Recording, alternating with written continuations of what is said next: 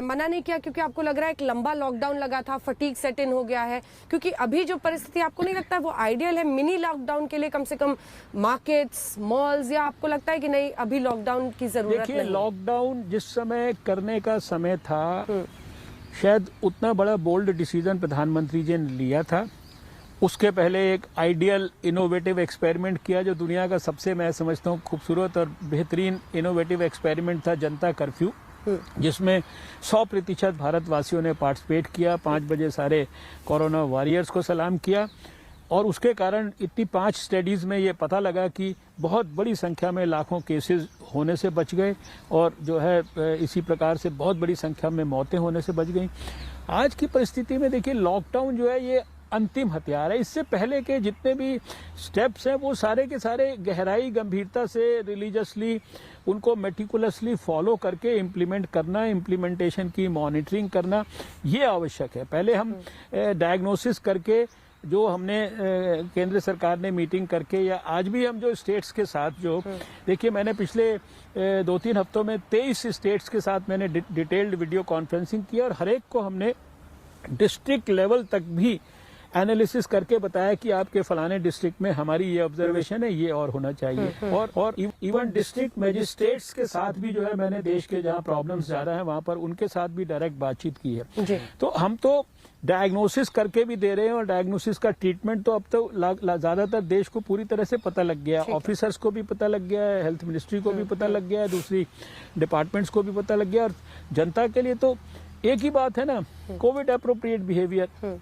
अभी फिर मेरा हाथ जोड़ के भारत की जनता से और विशेषकर दिल्ली के लोगों से ये प्रार्थना है कि आपसे कुछ नहीं हम मांग रहे, हम आपसे सिर्फ इतना कह रहे हैं कि भाई मास्क को पहन के। अब ऐसी देखिए स्टोरीज आती हैं, मैंने अखबार में पढ़ा कि एक जो कैब के ड्राइवर ने मास्क लगाया हुआ है और कैब को लेने वाला जो है वो मास्क के बगैर कैब में बैठ रहा है। कैब का ड्राइवर ऑब्जेक्ट कर रहा है तो वो उसके साथ जो है उसको बोल रहा है कि मैं तुम्हारी कंप्लेंट कर दूंगा। वो कहता है मैं 2000 रुपया 1000 रुपया रोज जो कमाता हूँ इसके लिए मैं अपने प्राणों को खतरे में नहीं डाल सकता, मैं सोसाइटी को नुकसान नहीं। यानी एक उस लेवल के व्यक्ति में इतनी जागरूकता है तो पढ़े लिखे लोगों में भी हम एक्सपेक्ट करते हैं। लेकिन मेजॉरिटी लोग बिल्कुल सजग हैं, एक दूसरे को टोकते भी हैं।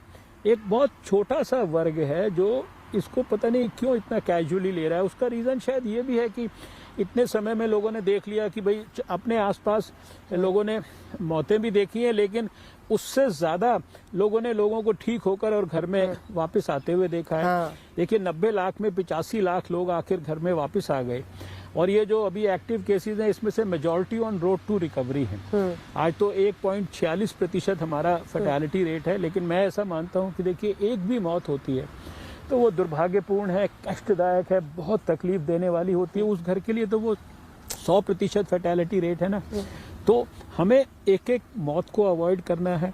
उसके लिए जल्दी से जल्दी डायग्नोसिस करना, जल्दी से जल्दी टेस्टिंग करना, जल्दी से जल्दी कॉन्टैक्ट ट्रेसिंग करना, जल्दी से जल्दी आइसोलेशन करना, क्वारंटाइन करना, फिर उस तरह से जो कंटेनमेंट जोन बनाना, ये सारी चीजें जो है ना इसको प्रामाणिकता से करना है। इसको इसमें कोई ढील नहीं छोड़नी है। इसको ट्रांसमिशन को कट करने के लिए सबसे बड़ी, अगर मेरे और आपके बीच में ट्रांसमिशन को अगर संभावना हो तो कट क्या चीज कर रही है? आपने भी अच्छी तरह मास्क लगाया, मैंने भी लगाया, हम निश्चिंत होकर दूरी मेंटेन करके बैठे हुए हैं, इसलिए हम बिल्कुल निश्चिंत हैं। हम सुबह से शाम तक भी बैठे रहेंगे तो शायद एक दूसरे को इन्फेक्शन नहीं दे पाएंगे।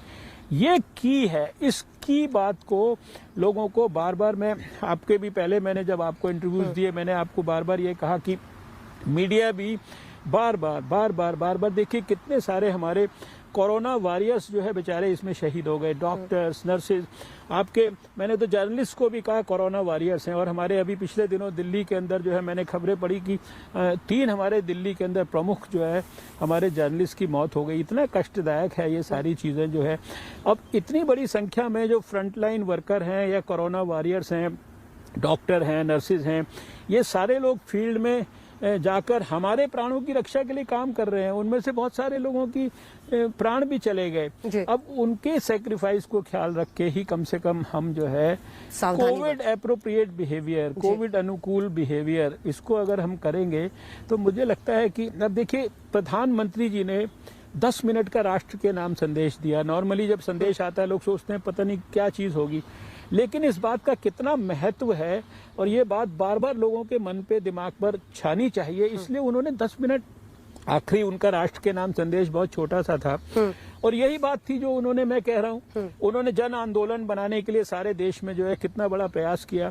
हम लोगों ने भी इतनी सारी स्वयंसेवी संस्थाओं के साथ मीटिंग्स की, सारे देश में स्वास्थ्य विभागों के साथ मीटिंग की, जितने प्रकार के तरीके हो सकते थे उनसे हमने डिससेमिनेट किया इन्फॉर्मेशन की। जो प्रधानमंत्री जी की इच्छा है ये जन आंदोलन बनना चाहिए कोविड, वही असल हथियार है, असली हथियार वही सोशल वैक्सीन है। उसी सोशल वैक्सीन को हम भूले नहीं।